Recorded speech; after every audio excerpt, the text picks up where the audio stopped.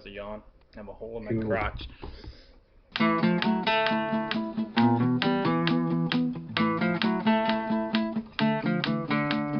I'm pretty sure I'm working for the mob. Yeah. I'm not. We shouldn't be talking about this. I don't. This is, of course, fiction and hypothetical, whatever, hypotheticizing. It just feels that way sometimes. Like, I don't think they're actually involved in any mafia affairs, but I think they want to feel like they are, or I don't know, they come off that way. Kind of like a wannabe crew, you know? Kind of. I don't know, they just have, they want to project a certain image of, old school prestige and with a sprinkle of intimidation here and there. The reason I bring it up is because yesterday it was the first of my days off, so usually on Wednesdays I go into the restaurant downstairs, which I believe shall remain nameless. I don't know if we already named it, but anyway, Sure. I go in there to friends with the chick who bartends during the day on Wednesdays, and usually go in there and have lunch. And as we've covered before, that's owned by the people I work for. So Right.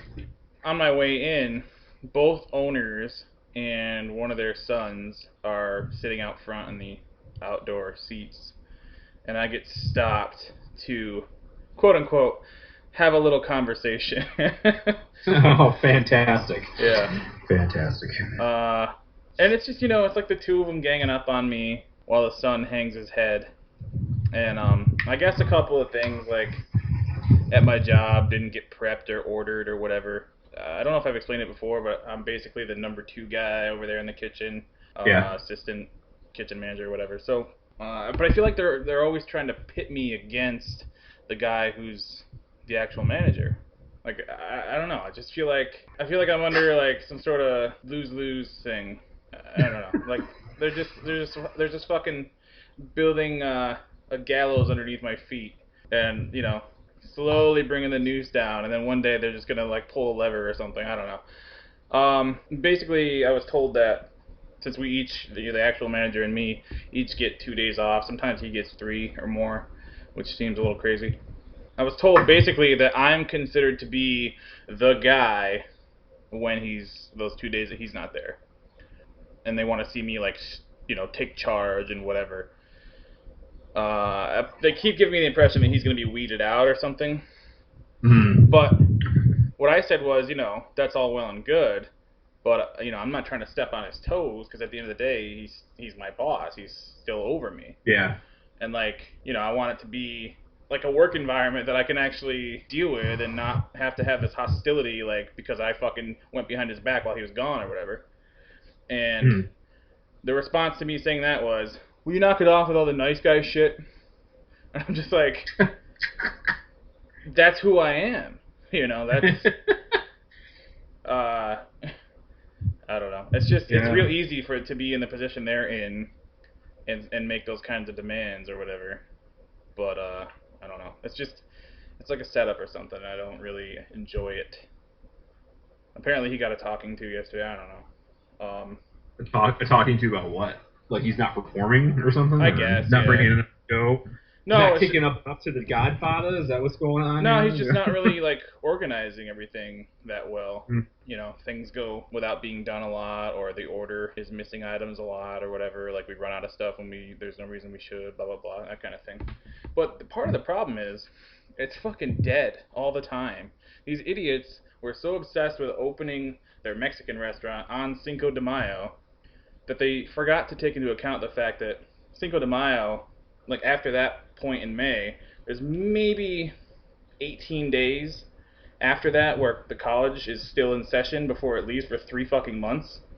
Right. And takes all the business with it. So we had about 2 weeks of being busy, and we have been fucking beyond dead ever since the end of May. And we won't pick back up until like late August. So, everybody's hours have been dick. Part of the stipulation or whatever, the enticement package, if you will, for me going over there was I was guaranteed 50 hours a week. I was told to be making a certain, price point per hour, and I come to find out I'm making 50 cents less than they told me I would. Last week I got 23 and a half hours. Yeah, that's not cool. That's a far cry from 50. Mm. Stuff like that. I mean, yeah, it's dead, but I don't know. These are multimillionaires who have like 9 or 10 different businesses at the same time. I don't know. Maybe they should take the hit instead of us, but obviously that's not how it'll ever work. It's just a frustrating No. situation. Totally. Well, I have two thoughts on that. One, my mom said the same thing. She's like, yeah, that new place that Claude works at, she's like, there's nobody ever there. And I'm like, yeah, because all the college kids left. So it was obvious that, they had that expectation, and then they're gone. And yeah, like you said, all their business goes with it. What do you got now? Like the townies? Like, that's not even close. Well, the thing is, the other part of that is that they do zero promotion whatsoever. They don't advertise. Mm-hmm. They don't. They absolutely will never even entertain the notion of having any kind of like special, like a discount or something initially, like a big grand opening where you half off a burrito or a free burrito between these hours or anything like that. They will never do that. So how is anybody supposed to fucking know about it? To this day, we've been open since May 5th, and to this day still, we have people coming in there on the side of it that used to be King subs, like trying to order a sub, despite the fact that it's totally different. The menu is gigantic. It says burritos and tacos all over it. Like almost every day, somebody comes in there trying to order a sub. That just sounds like old people wandering in there and they just don't know where they are or something, like, I want a sub, and you're like, well, you're in a burrito bar. Well, that's part of it. I want a sub. Well, that's part of it, but the other part is like they didn't really tell anybody. This isn't. I mean, yes, there is signage, although it's not great signage, but they didn't really tell anybody. Hey, this is this place now. They didn't do anything to let people know. I mean, it is astounding. I'm not making excuses for these idiots to come in there. I mean, it is astounding, but it's not. I have to say that the place shares part of the blame. Yeah, I would say so. I mean, that's you gotta promote. I mean, it's a town that I'm very familiar with, so I know, obviously, but yeah, I kind of feel like just like a little bit of promotion would go a long way in a place like that, because like, yeah, the college kids know about it, but don't forget too, you've got generations of families that live in that town.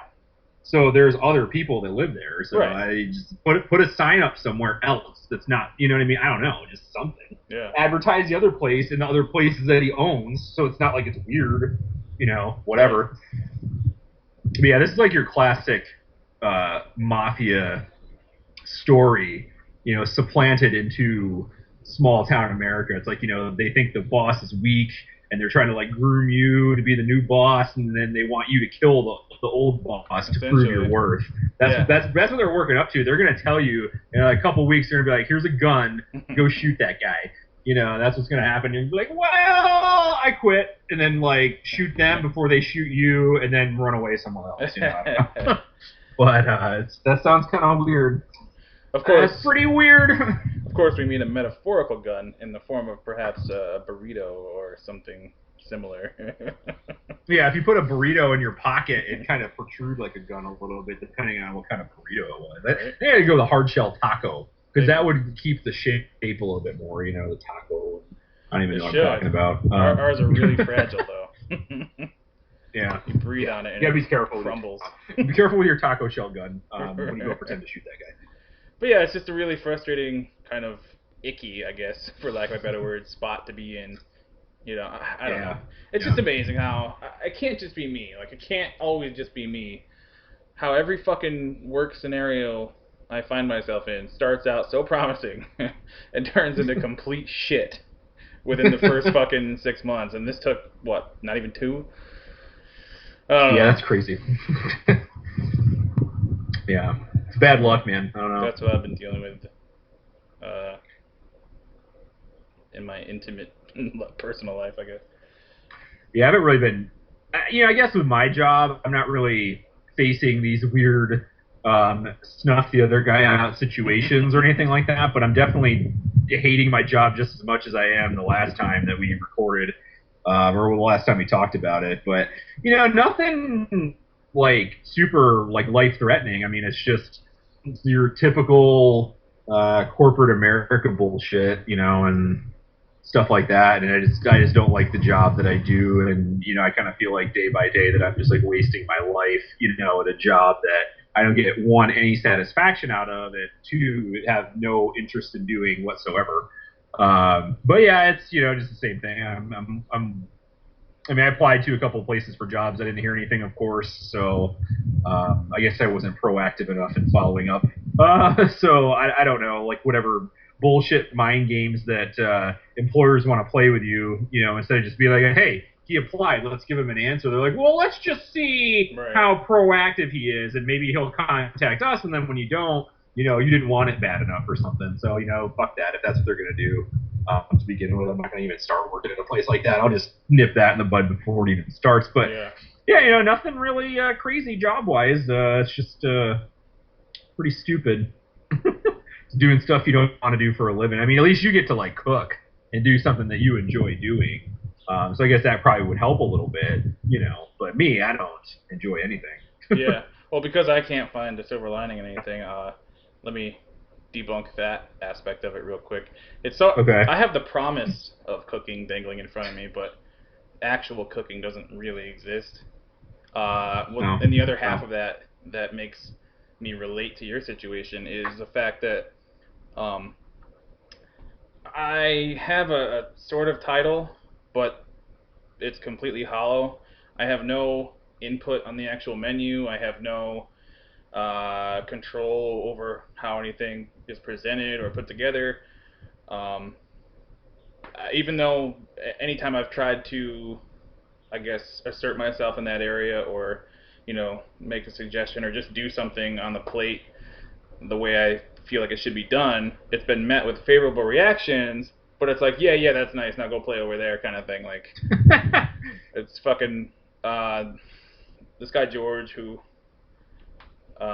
is I guess the main owner. I mean, it's still the partnership between George and Tony, but he's kind of the one who runs where I work and is in charge directly of everything. He laid it out to me like this.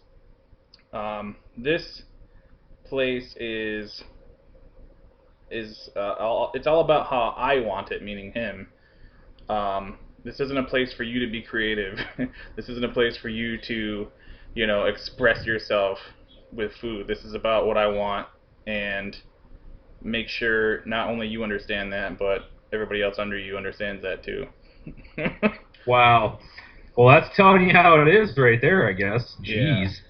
Yeah. This is also, but it's like in the same breath, this is also the guy who, like, didn't even attempt to try out any of the menu before opening day. Didn't even attempt to, like, work out actual recipes. Just kind of threw everybody into the fire, and, like, in the moment, if something isn't official and you ask him about it, he'll be like, yeah, come up with something. So it's like, you can't have it both ways, but that's kind of him in a nutshell. He also wants everything to come out with, like, beyond lightning speed, but also, like, the most insane quality you can possibly have, and it just obviously doesn't work that way. Well, yeah, that's a common misconception a lot of people have. I mean, you can't have quality over quantity, and in your case, like, doing it fast isn't necessarily like putting out a lot, but I mean, doing it quickly, you're gonna lack on some of the detail if you're doing it too fast, and it's just like, right. You think he would know that, but whatever. He stated that he wants nobody to wait longer than 7 minutes for their food, regardless of how big the order is. Whether it's fucking 2 people or whether it's 10 people, he wants it coming out in 7 minutes. I'm like, yeah, this is gonna be fun. And where do you 7 minutes? I mean, is that like how long? I mean, I know, like, I read some study that, like, our attention spans nowadays, like, we can't pay attention to something and focus on it for more than, like, 7 or 8 minutes, because that's how long it is between commercial breaks on a TV show. Right. So people watch so much TV that they can't pay attention to something for more than, like, 7 or 8 minutes, so maybe that's where he got it from, which, of course, I cannot see how that would apply to sitting in a restaurant, but, it makes, I mean, I've heard with dumber things, or, things that are, even what you just said. Right, I mean, maybe there is some... that's a valid, I guess, point of view in a way, but I don't know if you can apply that to, food service. I don't know about you, but No. if I went with 8 other people to a restaurant and everything came out in 7 minutes, I'd start to kind of wonder, like, why was it out so Yep. fast? Like, what's going on? How pre-made Yeah. is this? That's exactly what I would think the first time. Like, they must have had this made already, and it was just sitting around, and they counted to 7 minutes, and then there's okay to out, so they don't think it was sitting there the whole time. But I mean, yeah, I would expect. I mean, if I go to a restaurant, I mean, like I order. I mean, usually you have like a drink, usually you get a bread, usually you're with somebody, so you can have a conversation. Right. God forbid. So I wouldn't. I mean, I would say 15 to 20 minutes is what I would expect anyway. Right. Does that sound right? I mean, it's about 15 to 20. I would say when you get to the 30-minute point, you're kind of like, hey, where's my food? Right. And then at like 45 minutes, you're kind of like, I'm pissed off. Where's my food? But yeah, absolutely. So yeah, that's just dumb. Yeah, that's stupid, idiot. Well, the other part of it that's frustrating is, well, I mean, obviously we can't really, I guess, get too used to or like condition ourselves for the amount of business we're getting now, but the fact that it's fucking dead all the time, and it's not, there's zero chance that they're hurting for table space. Like, it would make sense if it was packed and they got to turn over tables or something, but there's no competition for tables. So I don't know. You don't want to get complacent either, because now you're going to be like, oh, this is so dead. And then when college starts up in a couple months too, you don't want to get to the point where like you don't even know what you're doing because there's so many people. That's just like that's a mess, in and of itself. But yeah, it's coming. That's how it's going to be, because that's because it's so dead, and that's part of the issue with why things kind of don't get ordered sometimes, or why they go bad before we use them, is because it's so dead.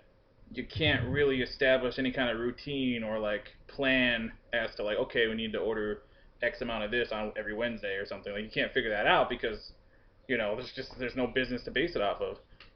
Right. Yeah, that's kind of, because you can't look at the trend, right? And like the forecasting of it or whatever. Yeah, I mean, that's what I remember. Like, I worked in. I was a manager of that Barnes & Noble cafe. I mean, we're not in any way, shape, or form like a full service food facility or whatever. But I mean, we would still, have certain things, like, because we had like a bakery case, right? And you'd have, you'd need X amount of product in these times of the day because your sales trends are saying, hey, for some reason, people are buying 10 of these like chocolate chip cookies between 4 and 6 every day.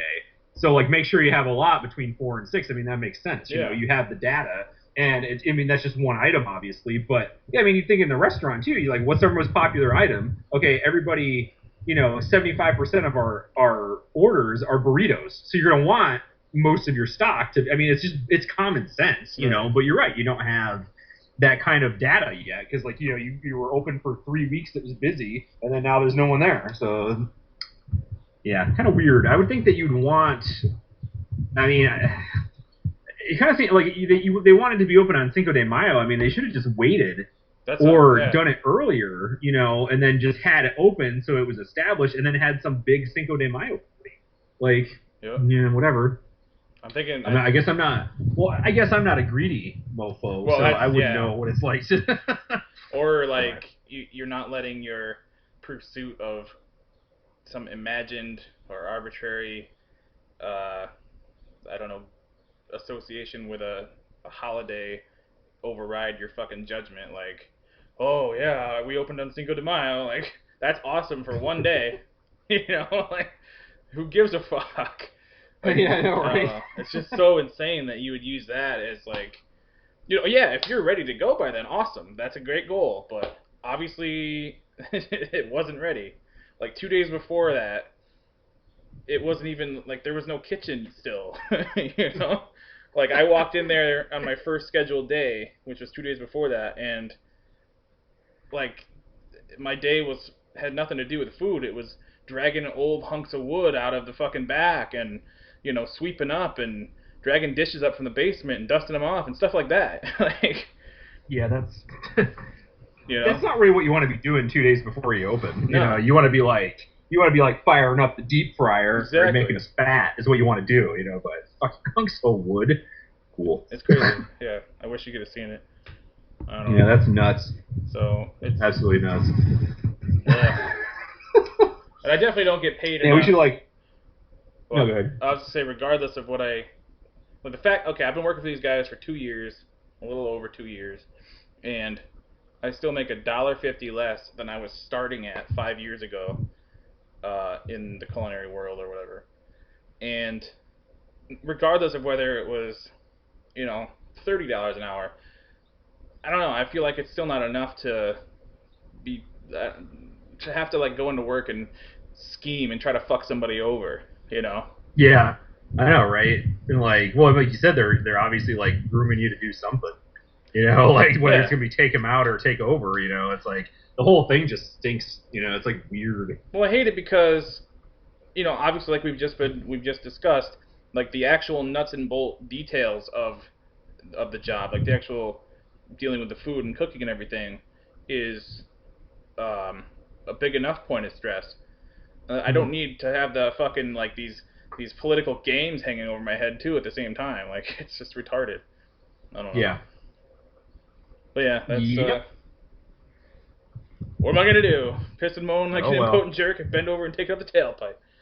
You've been here before. That was actually on TV the other day too. It's Really? funny that you mentioned that. I haven't seen that in forever. I think it was on was that on AMC? That's kind of weird. It might have been on AMC. I'm not really sure, but American Movie Classics?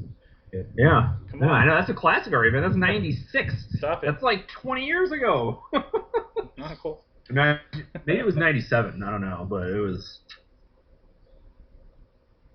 I hate it. Crazy. I refuse to call that classic.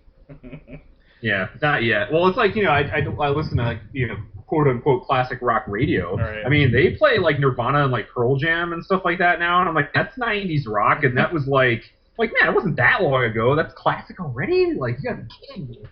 No way. Yeah, where does that Whatever. stop though? I mean, I don't know. Like, is Sheryl Crow gonna become classic rock?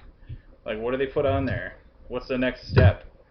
Like the new metal bands and shit from like 2001 or whatever. Like, is Disturbed the next classic rock thing? God, I hope not. Or like Slipknot or something like that. I really don't hope. I think if you aren't, I mean, obviously Nirvana is not touring because Kurt Cobain's dead. But I mean, if you're like a band that's still like, I guess like. You can exclude like the Rolling Stones because they're like never gonna die, apparently. But I mean, I think if you're like actively still able to like tour and like you do that all the time, like I don't think you should be a classic rock band. I think you can't really classify that as classic rock if like you can still go to a concert, Right. and listen to it. I mean, for instance, I guess there's got to be like a year cutoff or something because like we went and saw Tom Petty a couple 2 summers ago, and he's considered classic rock, because he was around in like the '70s and the early '80s. I mean, you'd probably consider Van Halen classic rock, and they're touring again this year, aren't they? So it's like, I mean, how do you make that distinction? I mean, is it just like, okay, 20 years from that, behind it or previous to us or whatever, that's when you can start saying it's classic rock? I don't know. It's starting to seem that way, yeah. I mean, like freaking Green Day got inducted into the Hall of Fame this year or last year or something. Really? I'm like, are you serious? Green Day? Like, I mean, I'm not talking about like their worthiness or unworthiness of being in the Rock and Roll Hall of Fame, but just the fact that they were inducted, and I'm like, they're in the Hall of Fame? Like, I was like, I don't know, I don't care who you were, like 95, you had the Dookie album and you listened to it constantly. That was like, I think, one of the defining albums of my childhood and early teens, but I mean, that's not, I mean, I'm only 34, so that's not really that far back, it's like 20 years ago, but still, it blows my mind that they were already inducted in the Hall of Fame. I'm like, wow. Well, part of that specific case is political in the sense that they have always, I don't know about always, but for the last, I don't know, at least 10 years or more, they have been like Rolling Stone magazine darlings. And I think we discussed in an earlier episode that Jan Wenner, the founder of that magazine, has a lot of pull on the board who decides all that shit. And, it's no surprise to me anyway that the second they became eligible, they were fucking voted in. I mean, I don't know. It's just annoying. Like, the Rock and Roll Hall of Fame is basically a farce. Yeah, it is. Like, I feel like that's something like, we did talk about it. So as a recap, with a lot of the pro sports Hall of Fame, you can just look at a player's stats, and like that's the definable quality about how good they were. A band could be really, sell a lot of records, but they might not be good. Like, look at a band like Nickelback. Like, they're not a good band, but they have a ridiculous following, and I think it's just generationally or something. But, I don't feel like that's a good band. But, they'll get in. They'll get in at some point because they're going to be like, oh, yeah, they're like a multi-platinum recording recording artists. They've made so much money touring. Like they're just they have a rabid fan base, and it's like fine, whatever. But like I don't think that's a good band. I mean, I'm not like personally insulting them or anything, but I just don't like their music. You know what I mean? So like I don't feel like a rock and roll really has like a definable quality. That you can put a label on and say, well, they're Hall of Fame. I mean, there are some iconic people, like obviously like the Beatles. I mean, completely revolutionized music when they were popular. Bands like the Rolling Stones that have like that, just can't die attitude. Like there are iconic bands, but I just feel like putting them in a Hall of Fame, like that just kind of like it kind of cheapens what music really is about. I think, and especially rock and roll. Absolutely. But, whatever. It's like, I don't know. I feel like it's like anything else that, I guess, if it's around long enough to become any kind of well-known entity or an institution, if you will, it becomes commercialized. It turns into a thing that exists to generate profit. And so once that's the case, then you got to keep it going. You got to bow to demand and what trends and what sells and all that bullshit, and it's not about anything purely artistic anymore. So I don't know. That's how it all ends up, it seems. I mean, if they just called it like the Rock and Roll Museum, like I wouldn't find it to be as cheap as what it is now, because I think it's cool if you're gonna have like, here's a display case. This is Jimi Hendrix's favorite guitar. Okay, he's a legend. That's cool. I want to see something like that.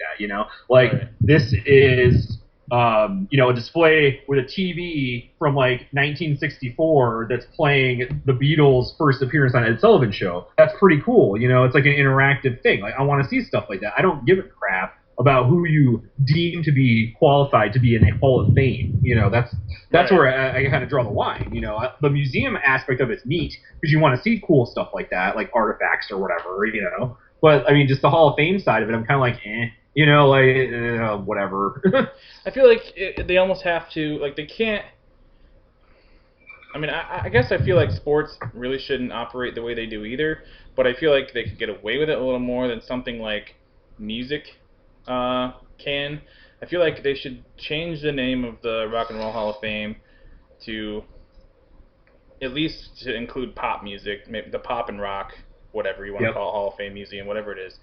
And that right there would put out a lot of the fires, but it would also, I think, widen the criteria, which, for better or worse, but at least it wouldn't be, I guess, a surprise if when Blondie or Grandmaster Flash or whatever ends up in there.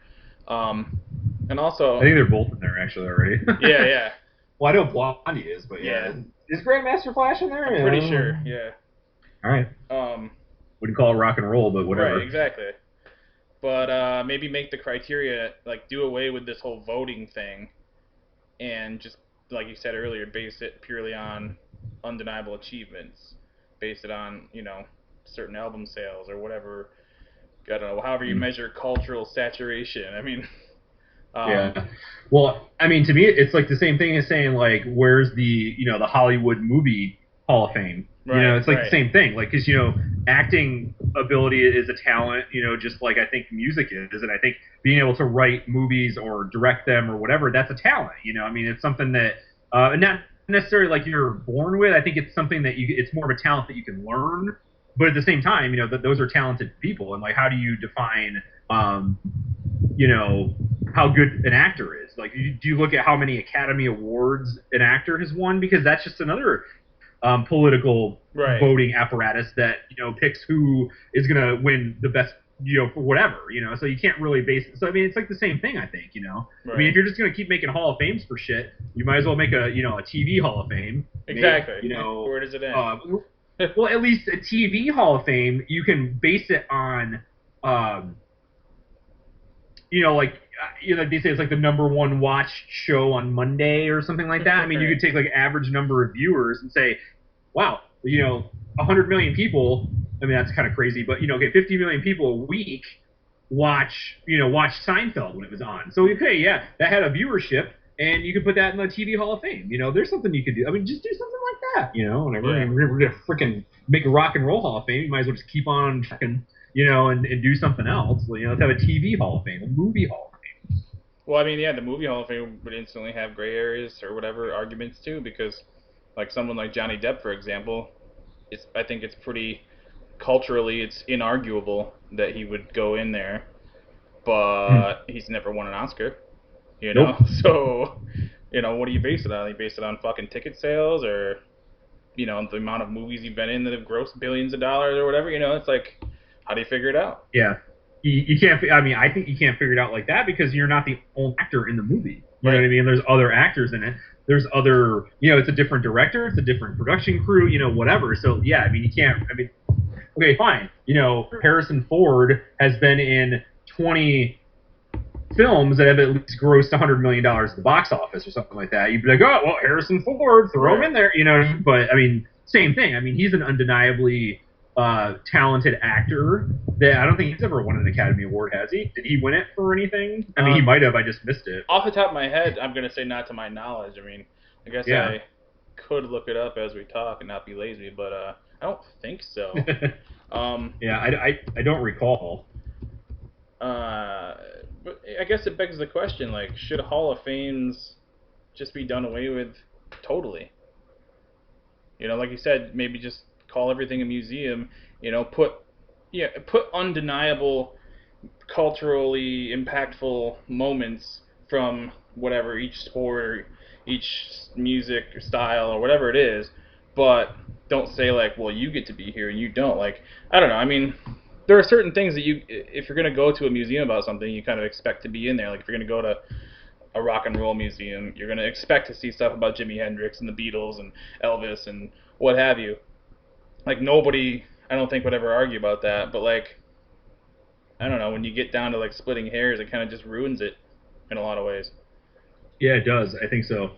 According to IMDb, he's only been nominated for an Oscar. He was nominated for Best Actor in a Leading Role in the movie Witness from 1985. Huh. But he's won.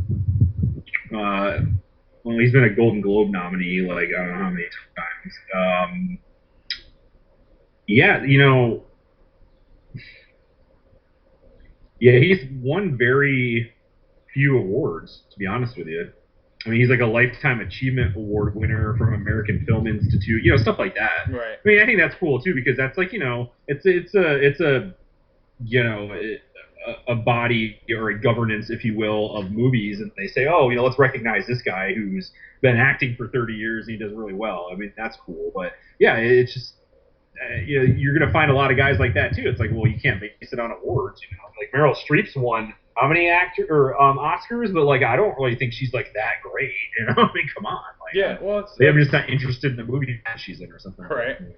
I think those, like the Oscars or the Grammys or whatever, all those awards are kind of like the equivalent to a Hall of Fame in a way. Like it's just an arbitrary panel of people decide that you're worthy this year and fucking. It's like a little club kind of thing.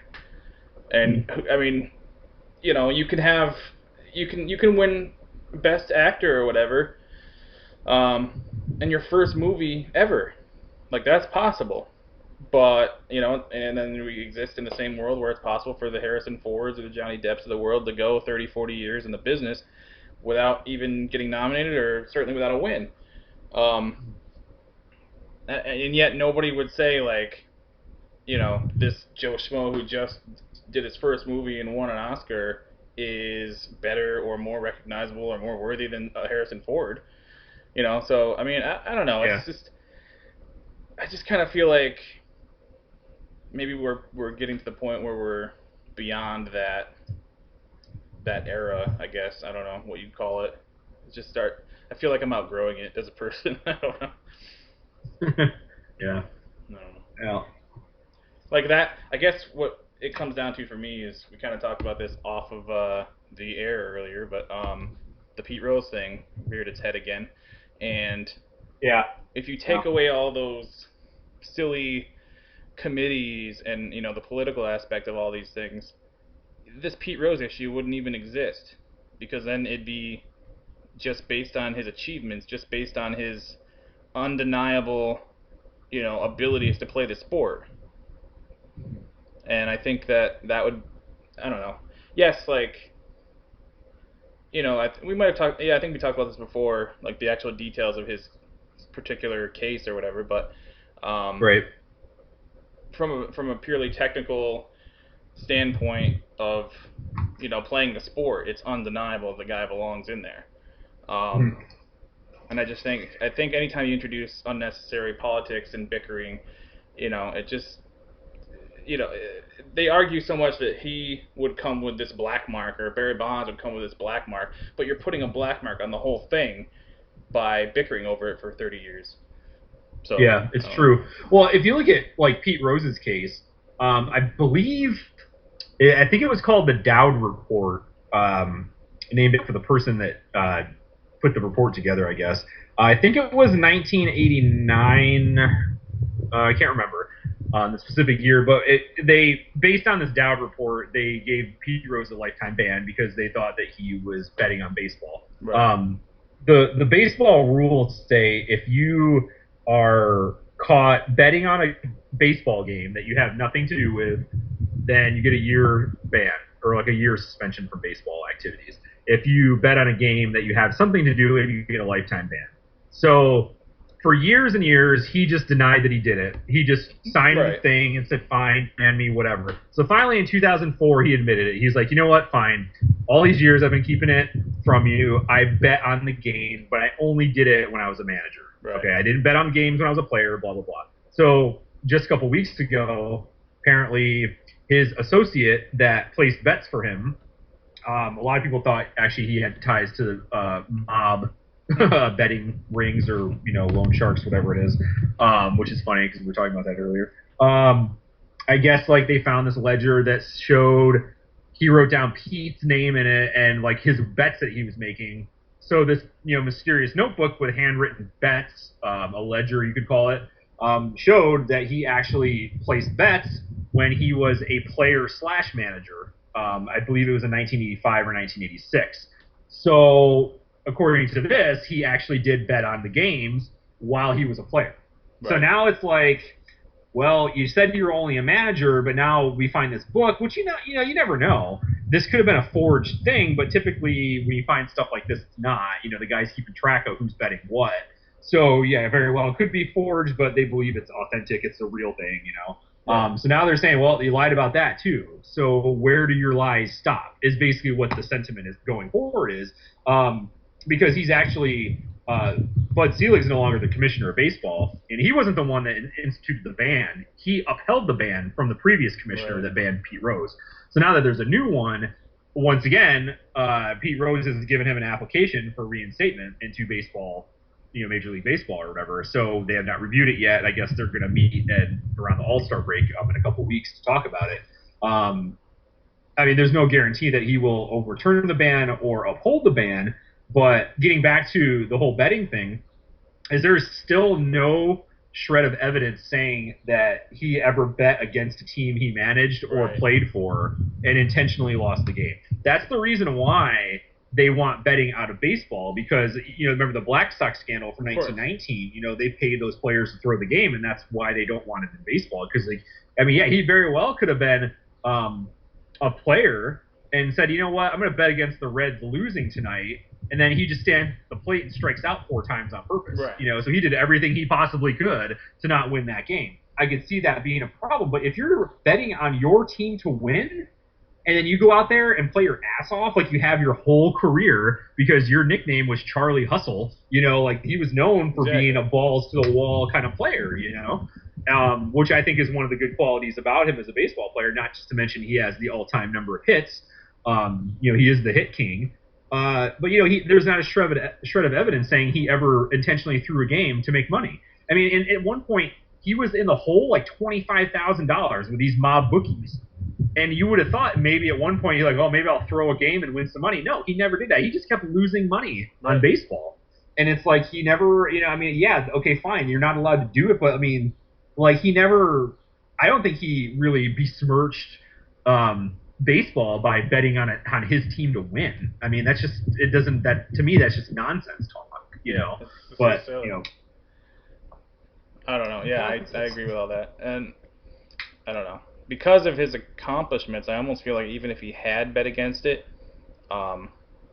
he should still be in. But I mean, there's an article actually I just read on ESPN.com called "Pete Rose Still Belongs in the Hall of Fame," and the writer is Jason Stark, and basically, I mean, I agree with him. Yeah. His summary is essentially, why can't we have an honest Hall of Fame?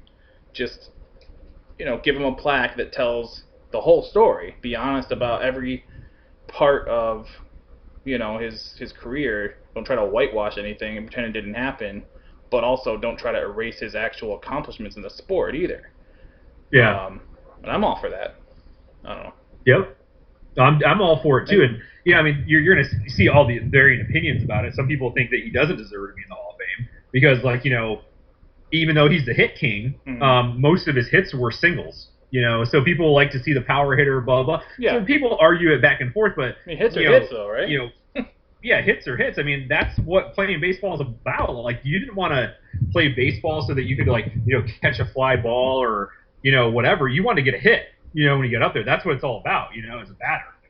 Well, yeah, like when you're a kid, it's different. Like if you're a kid, maybe people are looking at it from that perspective of like just playing it casually when they were a kid or growing up as fans or whatever. Like that's kind of like the romanticized version of baseball. Oh, but bottom of the ninth, 2 outs, bases loaded, I'm gonna hit a home run and blah blah blah. Yeah.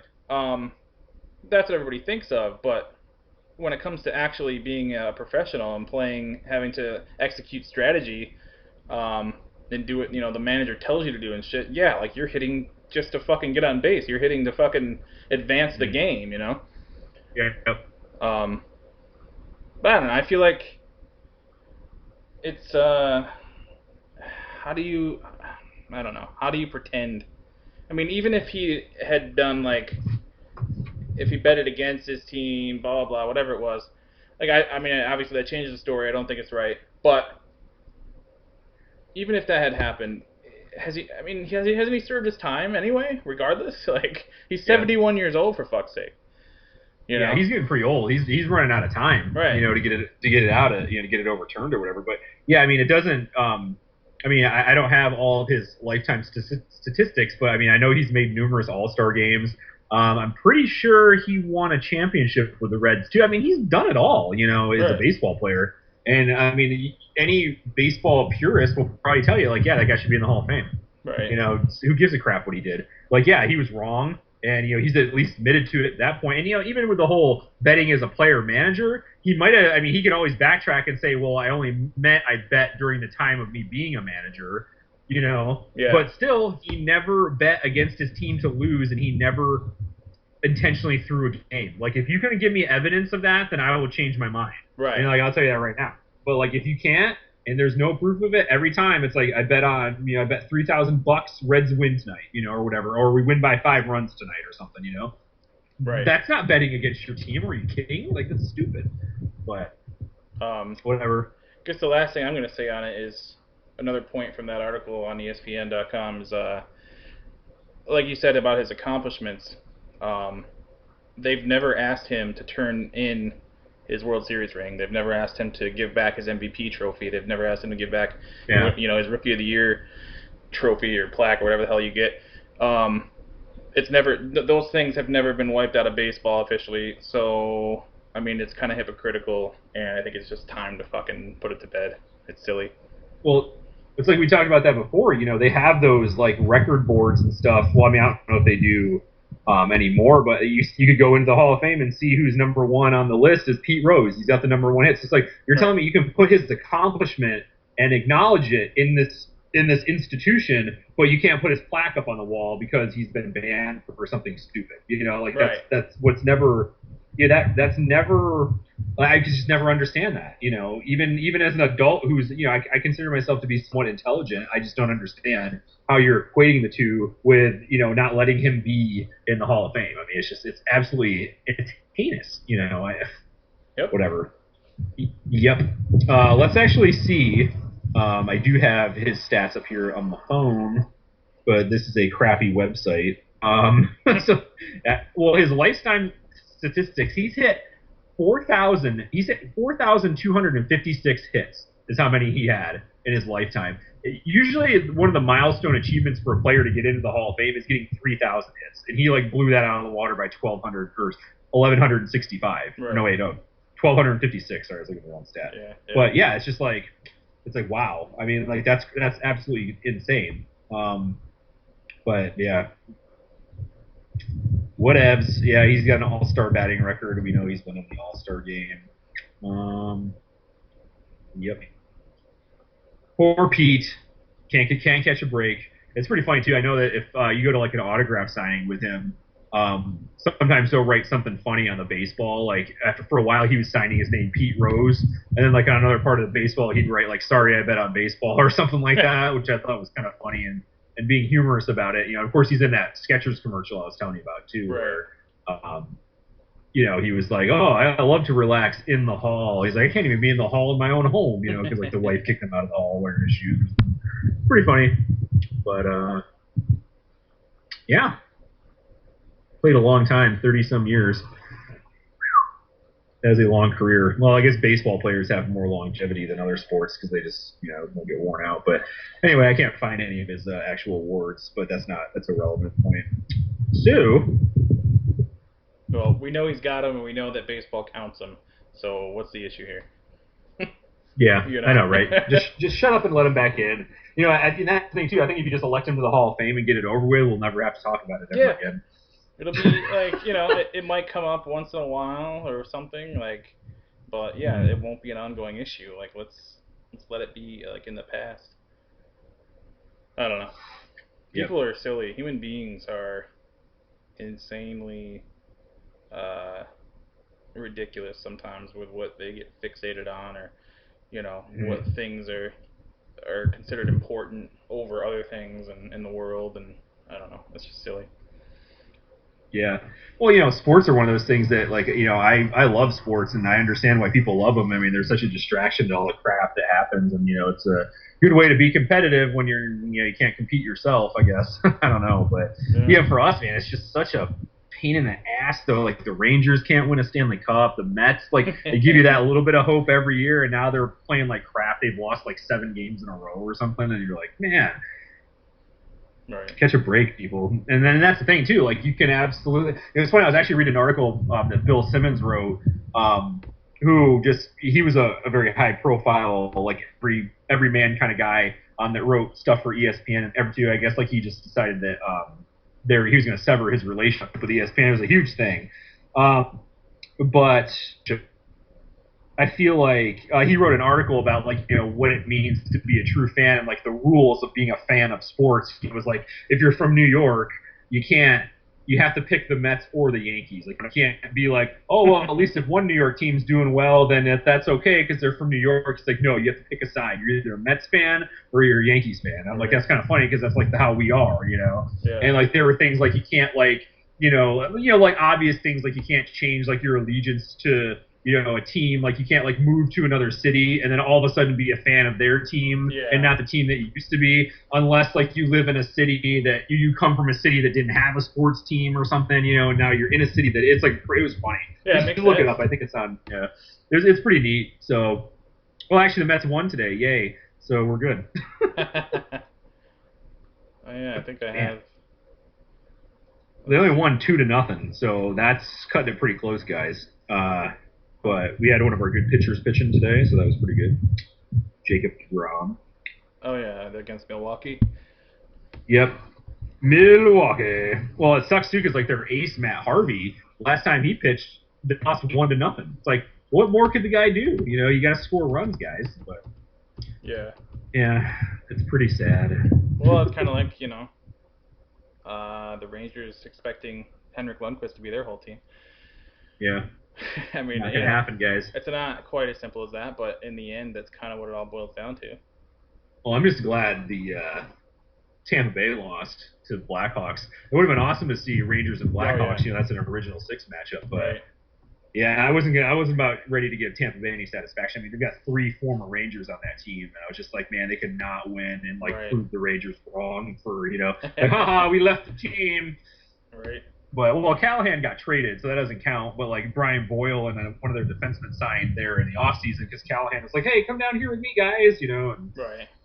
but whatever. Well, I don't know specifically what happened. Maybe it's a silly, arbitrary thing to base it on, but my, I don't know about loyalty, but I guess my support will always go to a team where ice hockey can actually be played naturally versus one from a city where it never could. So that's always a factor for me. And not only that, the original 6 thing is a huge factor as well. Yeah. Plus, I mean, definitely. the Blackhawks, honestly, they deserved it. Like they were a machine all year. So. Well, they've won I think 3 in the last 6 years, so they kind of qualify as a dynasty now. Right. Like the Blackhawks of the 2000s, they were one of the dynasties. So I mean, that's pretty cool, for them. And I kind of like because the Chicago Cubs. They haven't won a World Series since 1908, so I kind of feel good for Chicago when one of their teams can get a championship. But then I think I'm like, well, man, there's this times that Michael Jordan played and they three-peated, and it's just I'm getting sick of this, And right. I remember the White Sox won a World Series a few years ago, so they finally ended a 40 or 50-year drought or something like that. But and the Bears they won 86 I think or 85 they won the Super Bowl. Right, so I'm like, Chicago's got enough championships now. Let's they're not hurting. Down. They're not hurting. But yeah. I don't know. Fuck Tampa Bay. Yeah. I don't know. Bastards. Yeah, we should have had that too. I'm so mad. 2 years in a row they came really close. I'm just like, man, they gotta put some more gas in the tank for next year. They gotta stop signing and keeping on these really old players Martin St. Louis. They did that with a lot of people. They got Wayne Gretzky at one point, but that was the end of his career. I mean, he was still good, but they have this trend of just signing people that either I don't like or are really old, and they're not as effective. Yeah, you gotta give. I mean, I feel like you gotta give Gretzky a pass because it's fucking Wayne Gretzky, and just having him on the books as playing for your team at any point is fucking fantastic. And that's it was cool. He'll always be remembered for Eddie's career there. So. Yeah, well, yeah. I mean, and he ended his career in New York. He was reunited with Mark Messier, because they were together on Edmonton for many years, and they won 4 Stanley Cups. So yeah, I was ready. When Wayne Gretzky, by his standards, I don't know what his points total was in those years, but it's he'd score 70 points. You're like, that's not a lot for Wayne Gretzky, but that's a lot for anybody nowadays. Exactly. Wayne Gretzky. It's that's Wayne. What are you doing, Wayne? You're getting almost a point a game. Come on, step it up, buddy. Exactly. But yeah, Wayner. Good old Wayne Gretzky. Yeah, actually, it was funny in that Bill Simmons article too. There was something stupid because his wife is Paula Jones, who was I guess she was an actress. I guess I don't even know. But it's Paula Jones Gretzky or Janet. Yeah, what am I thinking? Paula's Jones? From the Bill Clinton scandal. Yeah, that's not who he's married to. I'm sorry. Yeah, she was. I'm just real quick. I remember her from this pretty crappy, in hindsight, gymnastics movie from the '80s, but she was fucking hot. Well, was it Janet Jones? Maybe is her name. I don't know, but yep. That was another thing too because she's American, I guess. And Bill Simmons was saying something about how you married the most popular hockey player of all time from Canada, and then I guess he was part of the Olympic team that picked the Olympic team, and then the Canadians beat us for the gold medal 2 Olympics ago. Then all of a sudden Janet Gretzky oh yay Canada, and he's if you're gonna do that you need to move to Canada and renounce your citizenship in the USA or something. I thought it was pretty funny, but we should just find that article and read it right. at some point. But just as an aside, part of the confusion about the name too might have come from the fact that his daughter's name is Paulina. Damn it. Yeah, I know. I can't. And she's also fucking hot. she was in some scandals because she poses for stuff and various states of undress or whatever, and they were like, "That's Wayne Gretzky's daughter. Oh, you're so bad." You know, it's like whatever. Let me check into that right now for science. The worst I can find is like Maxim. I mean, big fucking deal. Like that's always like a media nonsensical thing. Like you know, Yep. like when a president's daughter does Playboy or something, or Nancy Sinatra or whatever 20 years ago. It's like, okay, I don't know. Like it's awesome, I guess, you know, but they're fucking adults and like leave them the fuck alone, kind of. You know, they can do whatever they want. Well, that's my point. You know, I mean, it's not so much. It's just people can make their own decisions and just like don't, just leave them alone. But I guess that's part of, being someone in the spotlight. You know, you get the criticism. You Yeah. know, whether you want it or not. You know. Yeah, But pretty much. yeah, I found that article. Let me see if I can at least find that thing about Wayne's wife. There, we talk about Wayne like he's our buddy or something. Well, goddamn it, he should be. If I ever met Wayne Gretzky, I'd probably shit my I pants. know. Well, while you look for that, just as a point of interest, I find it kind of, I don't know, fascinating slash maybe a little creepy that I'm looking at one of the bikini pictures of his daughter, and For sure. her bottoms are low enough to show that she has like a lower hip tattoo, like kind of just above her crotch, of the number 99 in like Jersey font. So, I mean, that's kind His daughter does? Yeah. Oh, what? I mean, I guess, like, yeah, pay tribute to your dad somewhere, but why there? Yeah, It's a little interesting. okay. Okay, so this is, jeez, that's terrible. Okay, this is Bill Simmons' list for rules for being a true sports fan. It's number 17. It's under friendships and relationships. And it says this: if you're an American woman and visible former actress, and you marry the most famous Canadian hockey star of all time, and eventually he becomes the man in charge of putting together a Canadian Olympic hockey team, and they end up playing the Americans for the gold medal in the game that's taking place in a U.S. city, and you show up for that game cheering for the Canadians, and you're hugging everyone in sight as the Canadians are putting the game away in the third period, well, you have to leave the country immediately, and you can't come back, ever. And he says, yes, I'm talking to you, Janet Jones. Nobody likes a sports trader. Turn in your driver's license, turn in your passport, and take a hike. If you like Canada so much, move there. How come nobody's making a big deal out of this? Traitor, traitor. So, yeah, that's what she did. So, but here's that thing I was talking about before, like loyalties. If you live in a city that has fielded a professional team since your formative years, you have to root for that team. None of this, the Bengals weren't very good when I was growing up in Cincy, so I became a Cowboy fan's crap. Right. See, that's what I'm talking about. Like, you can't just pick, if you grow up in Cincinnati, like, you have to be a Bengals fan. Like, you can't pick another team because your team stinks, Kind of like how I feel, Oh, I totally agree with that, and I have to say that that's the chief reason why I'm not even really into sports. I'm lower than casual, really. Sort of. It depends on what we're talking about. Yeah, true. But certainly with football, which is about where I'm about to go, there are somehow, I think, more Cowboy fans in central New York than there are in fucking Texas. Yeah, it makes no sense. It's inexplicable. Yep.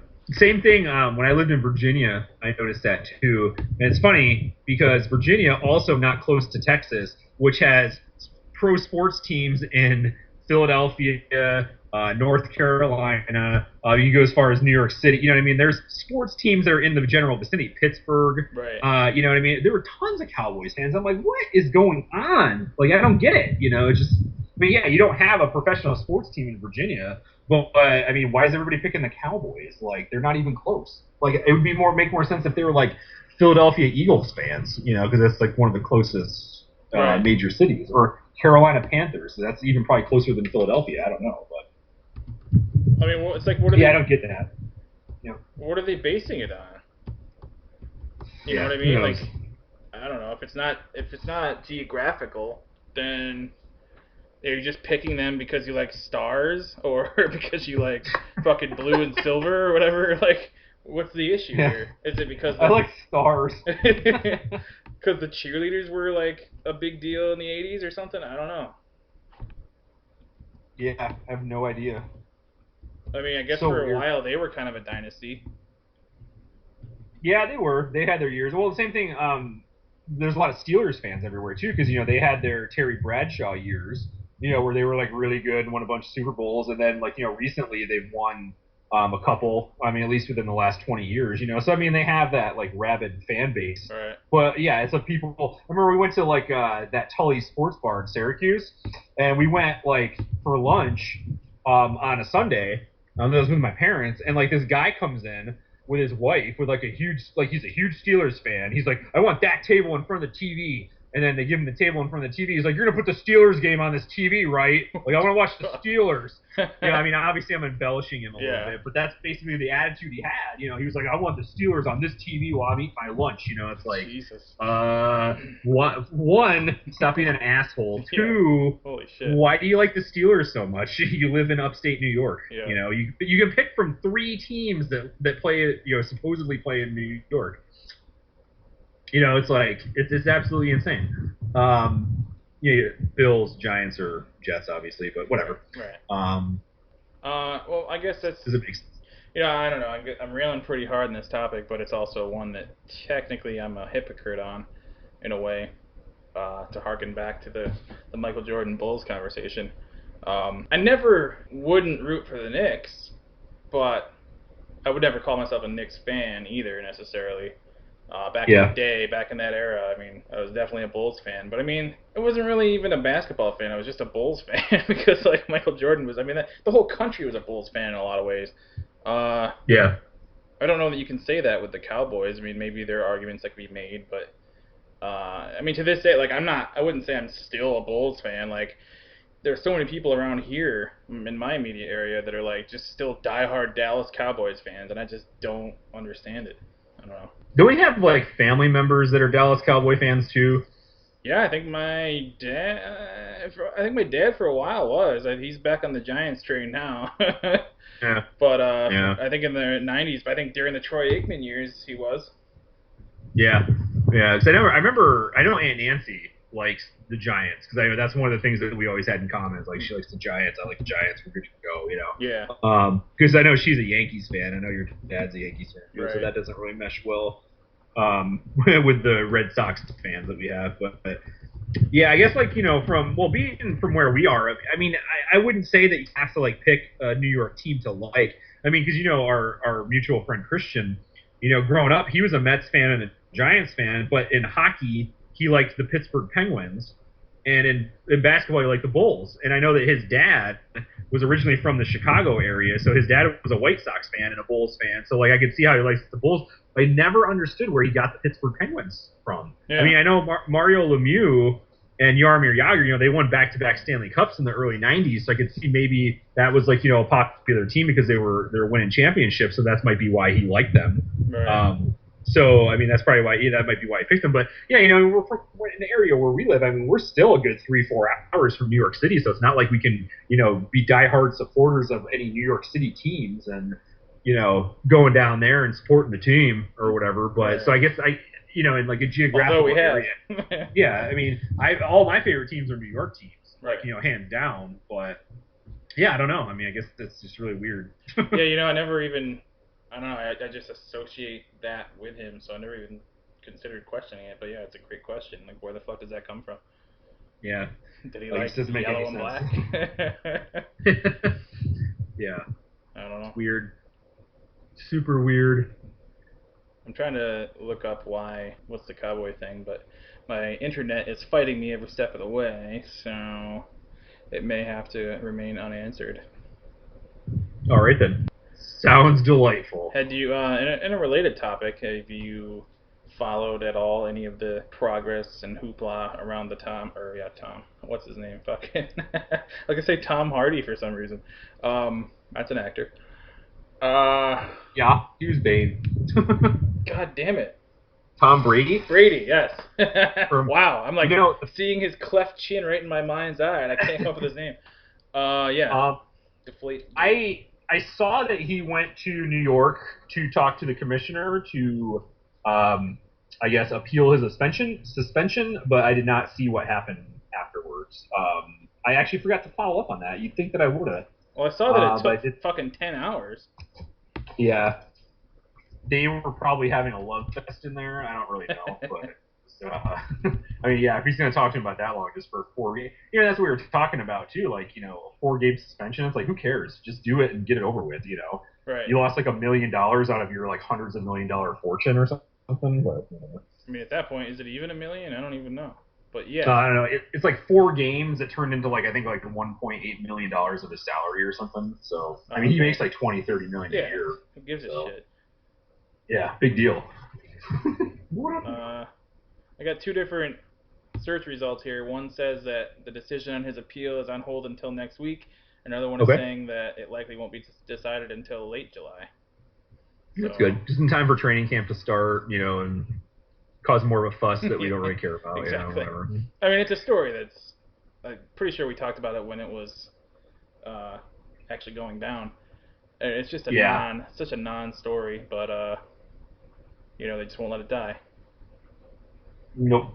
Well, yeah, we did talk about, how much, even if they did cheat, did it really affect the outcome of the game? And it did not. Right. But yeah, it's kind of, I mean, that just like, it just goes to show you, I mean, man, the football is just wrought with scandals sometimes. And some of them are like really bad. And for them to like make an example, out of Tom Brady, I mean, I guess like I was reading another article somewhere about how, the NFL has all these scandals, but this is like one of those scandals that doesn't like have like far-reaching social implications. Right. So Roger Goodell, the commissioner, can keep it in his realm and like do as he sees fit. As king of football, he can make an example and he can do this and that. But yeah, there's all those scandals like with the Ray Rice incident and like they bring light to like domestic violence. There's like the players that suffer from concussions and now they have like far-reaching neurological effect. There's tons of stuff like the Washington Redskins owner being a complete and utter waste of human being.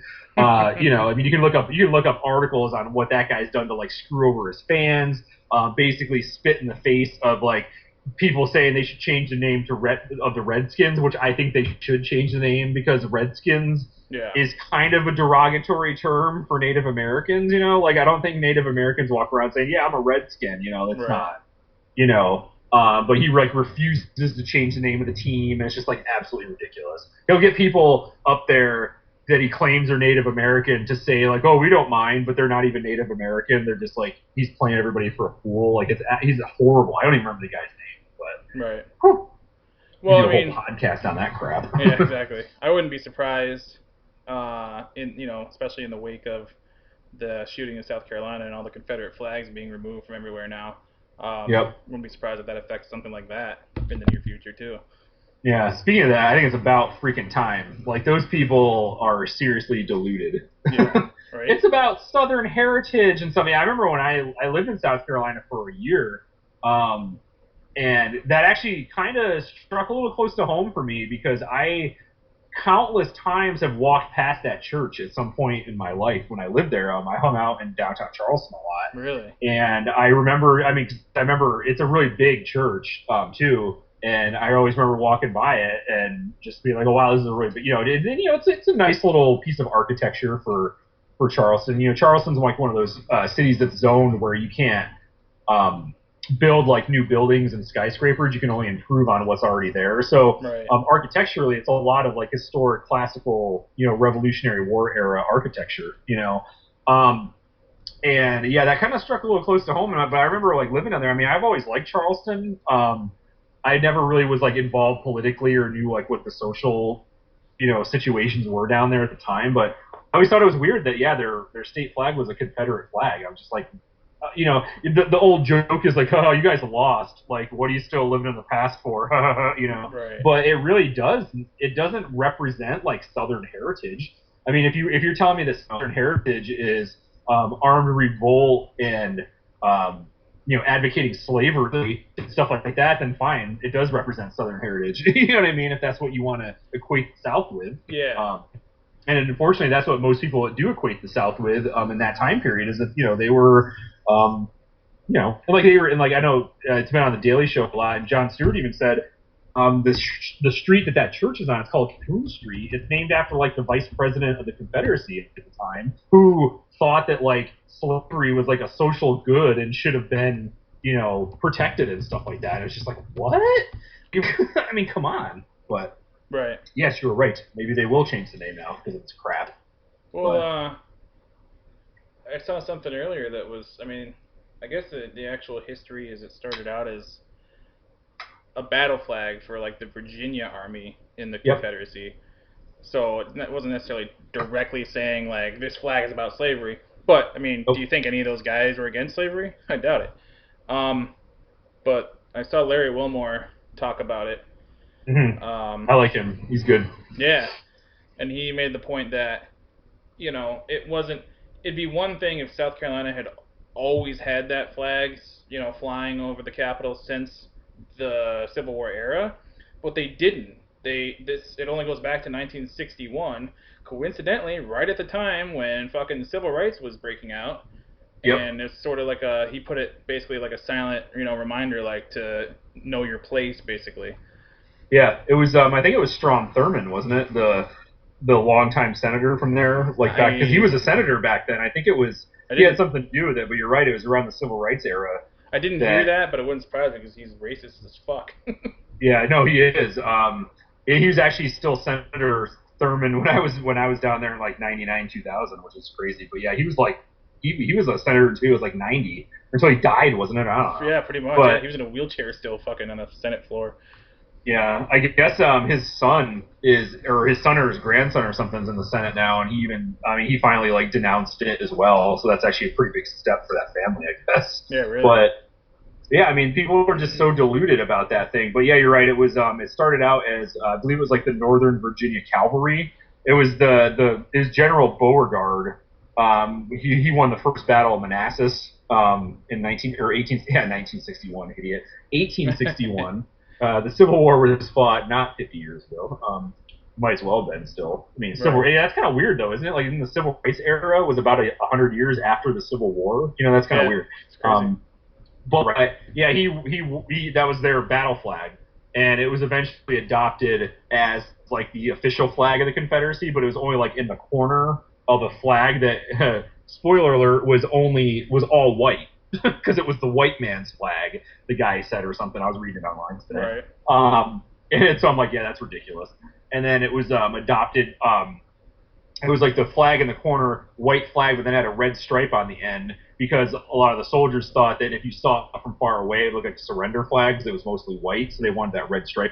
Yeah, that cross with the stars on it represented the 13 states of the Confederacy. There was only 11, but I guess two of them, I think it was Kentucky, Missouri, weren't officially part of the Confederacy, but they just kind of took them in as part of it because they were like slave states, I guess.